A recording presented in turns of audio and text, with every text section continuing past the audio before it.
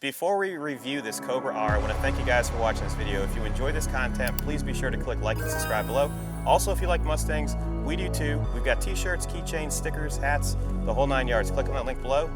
Let's go for a spin.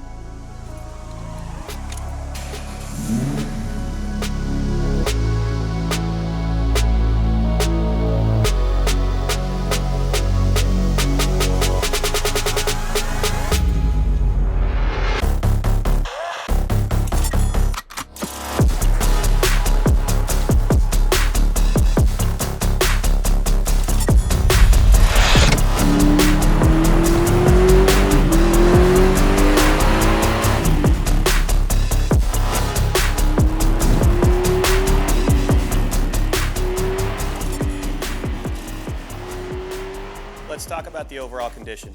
This only has 9,800 miles on it, but it does have minor imperfections. So I'm going to give this one an 8.5 out of 10. Fun factor, 11 out of 10, and we're going to show you that later on. You do have a set of the 5-spoke Cobra R wheels. These are the most popular wheels for anybody that had a SN95. This is the third iteration of the Cobra R. So you had one in 93, you had one in 95, and then you had one in 2000. This is the most powerful naturally aspirated V8 that you can get. 385 horsepower, 385 foot-pounds of torque without a turbo or a supercharger. Looking down the body lines, very even. You do have the signature Cobra R body kit, so you have that front lip right there that's easily removable for transport. And when you look underneath it, it actually flows all the way to where the wheel arches are, so you have a lot more airflow and downforce. Looking down the sides, you're going to see the signature exhaust that comes out of the side on both sections, so driver's side and passenger side. Smells good. Looking at the passenger side, same condition as the driver's side. The 8.5 out of 10 is in regards to several imperfections.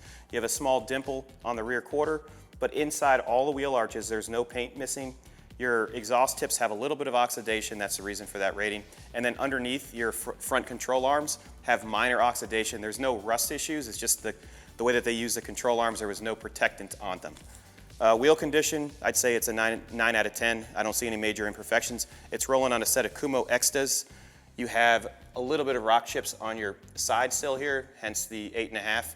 Opening up the passenger side door, you're going to see the signature Recaro seats, and we'll go more into details on that when we get inside. Roof is extremely clean. I don't see any dimples at all. You do have no antenna because guess what? No antenna means no radio and no air conditioning, because this was only sold to people that had an actual license for racing. So those 300 people had to send in information that showcased that they actually have participated in a race event. Favorite part of the car would be the front end. Look at how beautiful that valence is. All your lights operate. This does have the signature Cobra R hood. The reason for that is the huge intake manifold that's underneath there. We're going to show you that later on. The splitter has been repainted, so I see a little bit of like some imperfections just in the paint. All of your fasteners work properly, so if you have to stow this in a trailer, it's no problem at all. Oh yeah. Look at how big that intake manifold is. So you have 32 valves, 5.4 liter that's derived from the actual truck of the era. When you look around it, you're gonna see a lot of components that you're like, was that actually Ford produced? Well, there's only 300 of these, so you're gonna look at a lot of pictures on the internet and you're gonna look at throttle linkages, etc. Like this one right here, you can see it's a piece of metal that they actually modified for the throttle linkage itself. Battery is proper, so it's a Motorcraft battery. All of your strut bushings are very nice. All the fluids have been updated, so we have brand new oil in there. Brake fluid is in very nice condition, so it's .4. All your hoses are in very nice shape. And wait till you hear the sound out of the side pipes. Looking at the rear condition, very nice. It just has one small imperfection right here, a small scratch and a small chip. Otherwise, very nice. You have the SVT badging. You have your signature Cobra R wing, which is the aero package for this model. And then underneath it, you don't see any exhaust tips because they come out the side. This does have the independent rear suspension. That's the same suspension that they utilized for the actual Terminator. So that's great for road course. A lot of the guys that have a Terminator that make a lot of power, they're gonna swap them out to solid axle because they go straight. This is not intended to go straight. This does have a top speed of 170 miles an hour, and it does go 0 to 60 in 4.4 seconds. That's what it's for. It's to go on a track. Let's open up the trunk. Oh wow, it's so luxurious in here. No insulation and a spare tire. Nothing to talk about. Taking a look at the interior, it's a typical Mustang interior.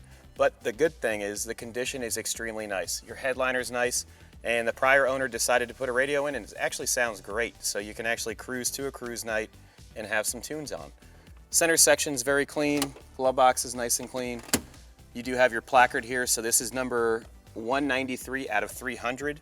Steering wheel condition's very nice. All your door components, all the plastics, normally these get really brittle and noisy. They're in nice shape. When you close it, it doesn't make a lot of noise. No lights because of lightweight. Seats are very comfortable. The bolster is perfect for me. I'm 210 pounds, 6 foot. And the best part is when you put the key in the ignition and start it, because it sounds fantastic. Speedometer goes to 180. You have a red line of 60, looks like 6,800 RPM, and it's ready to roll. So let's open up that garage door and take it for a spin. Let me start her up. Let the fuel pump prime.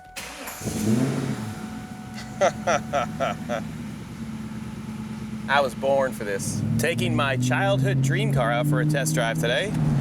2000 Cobra R, 9,764 miles. We're gonna put about 5 miles on it for this test drive. I'm gonna test it out. Steering is tight and it feels good. And listen to it.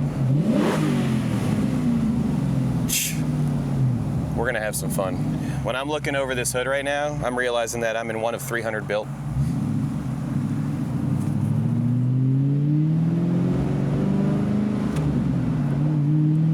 Shifts nicely.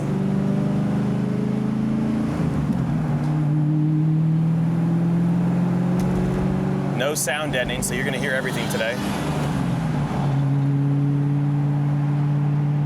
Let's go into fifth, and then six. Six drops it to 1,100 RPM at 50 miles an hour. Remember, this goes 170 miles an hour. And it sounds good doing it. You can tell that it does have independent suspension. Steering is very tight.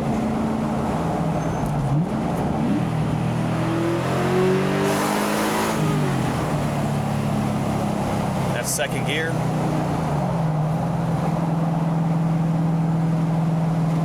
The sound, 5.4 liter, 32 valves.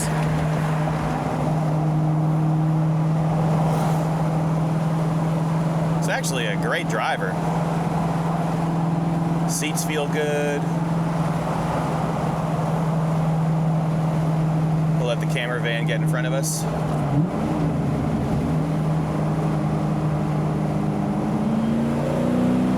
Brakes are awesome.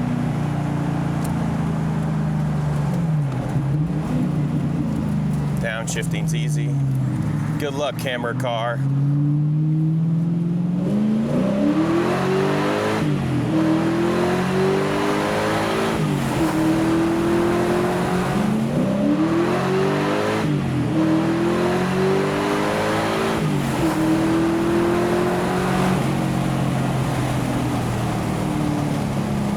Yep, that's what it's supposed to do.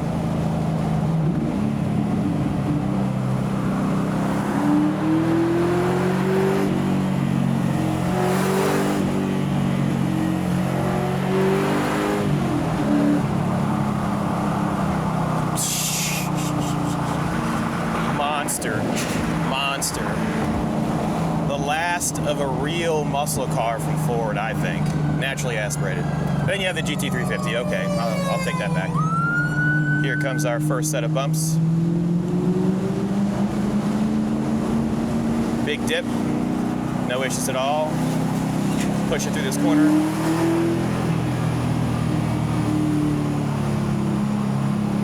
And then you could just bring it out, second gear.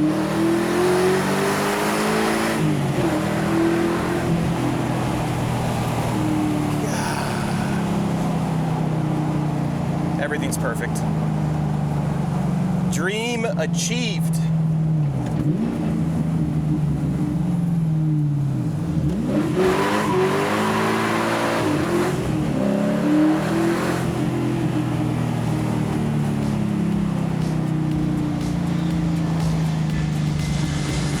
That jet's got no chance, baby.